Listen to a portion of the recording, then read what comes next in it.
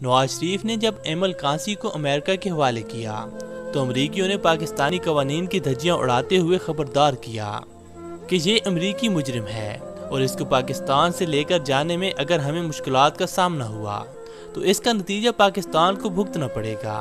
امریکہ کے ٹانگوں کے بیچ موم بتی کو کھڑا کر کے اس پر بیٹھنا پاکستان کا محبوب ترین مشغلہ ہے، اور یہی ہوا۔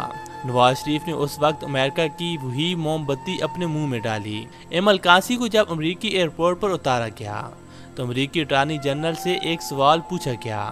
آپ رحمت اللہ علیہ اور نہایت ہی قابل احترام نورانی بزرگ شخصیت نے فرمایا، پاکستانی وہ قوم ہے جو ڈالر کے لیے اپنی ماں یا بہن کو بھی بیچ سکتے ہیں۔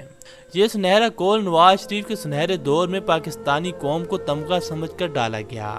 حیران کن بات یہ ہے کتنا ذلیل اور پنج جواب سننے کے بعد امریکی بیان کو پاکستانی اخبارات میں چھپانے سے نواز شریف نے روکا اور اس بیان پر امریکہ سے احتجاج تک نہ کیا، جبکہ دوسری طرف امریکہ میں رہائش پذیر پٹھان برادری نے اس بیان پر شدید احتجاج کیا تھا۔